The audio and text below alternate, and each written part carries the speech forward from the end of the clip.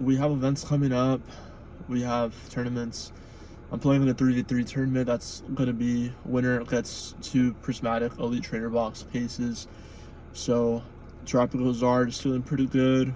Been winning locals, which is pretty cool. I just bought some cards. I'll probably show that with the store credit. And yeah, I think that the meta game, I think that Badoo item lock is pretty powerful. I think it helps decks like Gardevoir, Dragapult in terms of like helping them set up, and like I've seen some interact. I think Gardevoir like has some cool plays now where you can do Badoo, counter catcher, trap some stuff into active. Regidrago, I don't know where that's gonna be. I'm kind of worried for it. Lost Zone Engines, worried for with the new Badoo, but I think that if they can find a way to answer, mainly Drago, if Drago can find a way to answer Badoo, I do think that it could still be really good, but it's gonna be tough. I think that Lugia is definitely gonna be a lot better. I think the Legacy Energy version is probably still the best way to go. Having the Regigigas, now with Legacy Energy, like you have so many attacks. You have Regigigas to one shot to take care of the Teras. You have Iron Hand still to a Wellspring for setup decks. Like honestly, the deck has answers for everything. And then, yeah, man, I think that Lugia, Gardevoir with the new Badoo, like, yeah, man, decks only get better. That's usually how it is towards the end of rotation when we're in this kind of position in the meta where decks just get better. There's a lot of cards in the card pool. Rotation is right around the corner.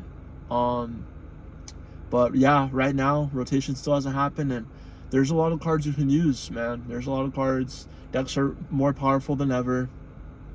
There's so many decks in the meta still. There's still stuff like Odingo, Terapagos, Palkia, Terapagos versions, different stuff. And guys, we just won 3 prize packs. You can swap them out for the similar value, or you can swap the packs for some store credit. $35 store credit. I won 7 packs, I believe.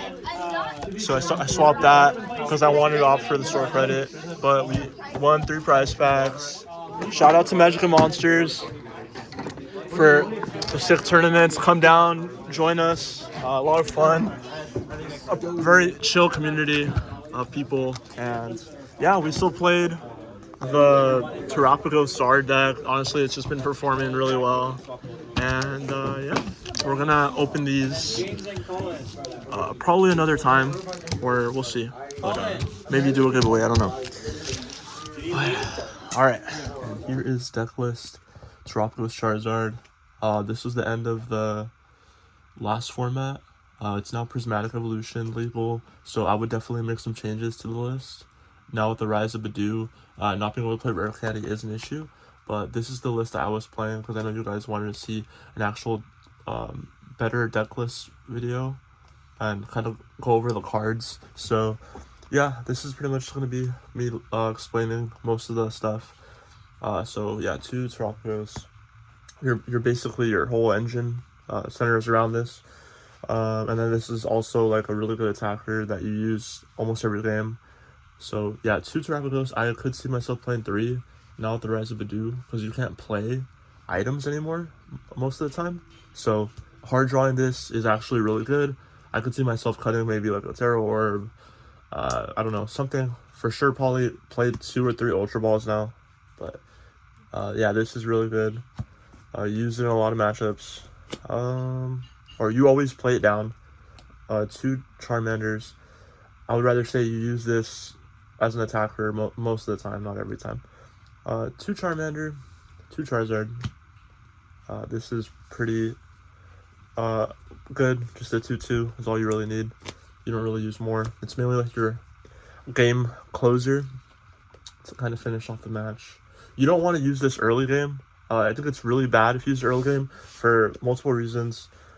It's only going to do a lower damage output early game, obviously, because of the attack. And the other reason why it's really bad is that you don't have a way to pivot stage 2s. Like, you don't play any switches in this deck, so you only play, like, Latias, spoiler alert.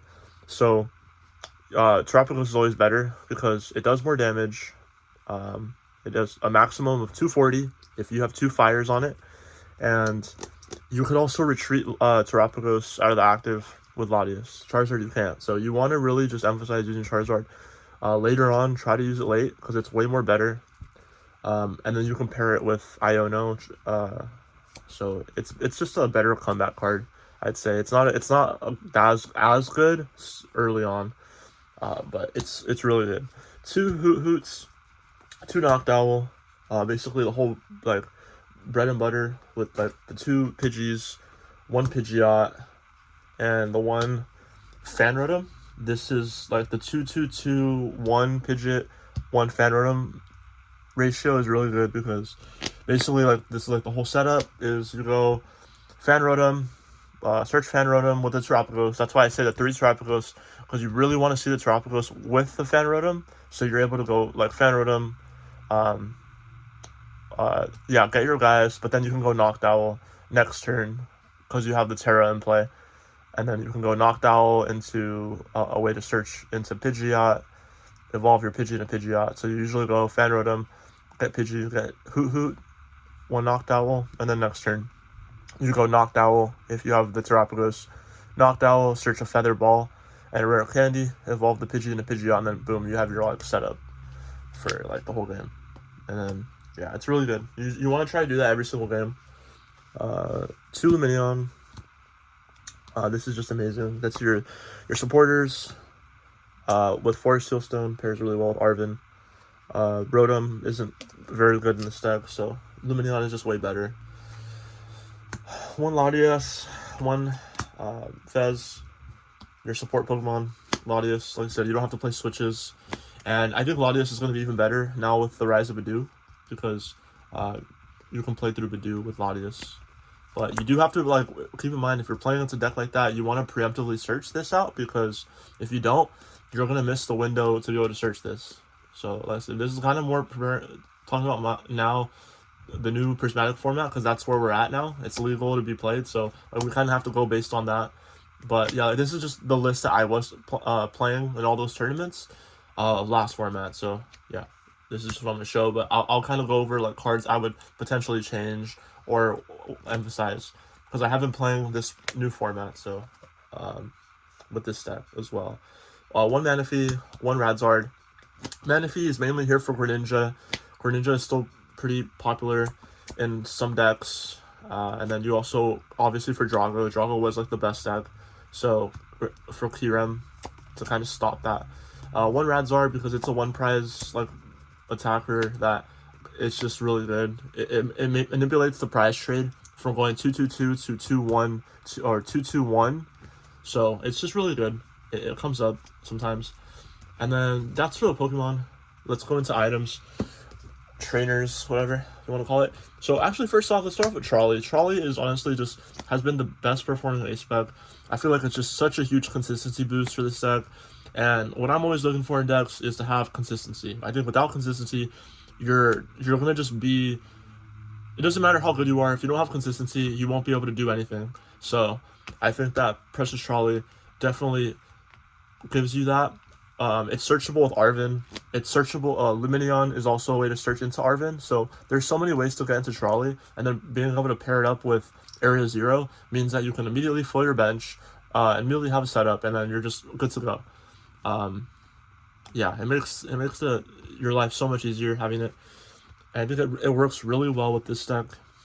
4 Ultra, 2 Nest. Like I said, I would cut down the 4 Ultra, because I think that with I think playing more Terapagos is probably the way to go, instead of playing a 4 of this, because like you just mainly want Terapagos, and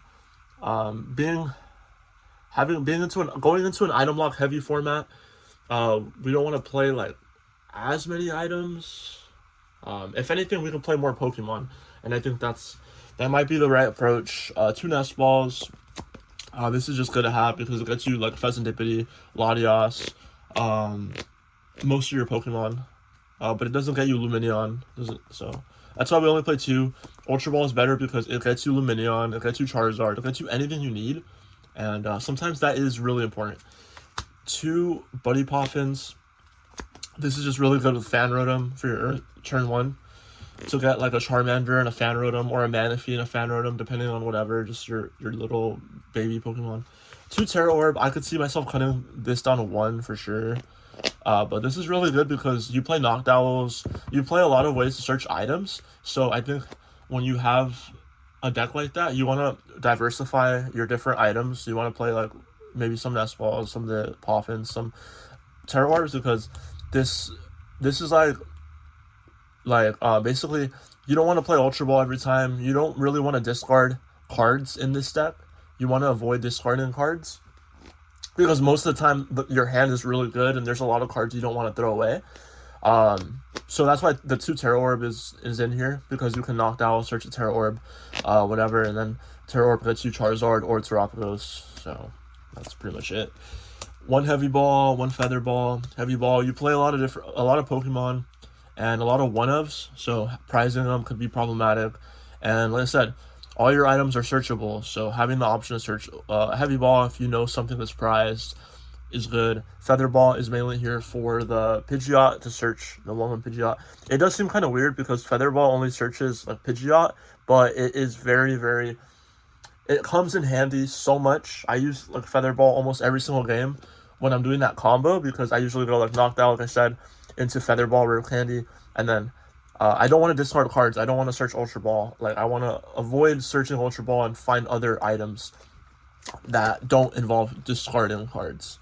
So yeah, that's why we play those, and then we go into the Rare Candies. That's the whole Pokeball search that we play. I really like it. Like I said, I would consider cutting a Tera Orb, consider cutting 1 Ultra, and then like I said, maybe adding 1 Terapagos, or you could add another Fan Rotom, you can add a Bidoo, you can do stuff like that, depending on how you want to play it, because Fan Rotom, I didn't talk about Fan Rotom enough, and the attack it has, Assault Landing, that does 70, it comes up actually a good amount, because it can one-shot most baby Pokemon, like Ralts, Charmander, you know, Charcadets, whatever. That 70 damage can one-shot stuff turn 1. And now that Bidoo is in the format, this could one-shot Bidoo pretty easily. So I would consider playing maybe one more of these. And also a Chorus's Tenacity, because Chorus's Tenacity searches you Area 0, and it searches you a double turbo. And this basically becomes live with that. So I would definitely consider that inclusion for the Bidoo. And then we play, yeah, going back to items, 3 Rare Candy. This has been a fine number. Like I said, you're not only attacking with Charizard and Pidgeot, you have Terapagos attacking a lot as well. So you don't need 4 Rare Candy. And yeah, we played 2 Stretcher. This is good. The two Stretcher, one Rod has felt really nice to recover resources. Mainly energies for Rod with Charizard, because you do want to you play a very low energy count. 1 Forest Seal, 1 Bravery Charm.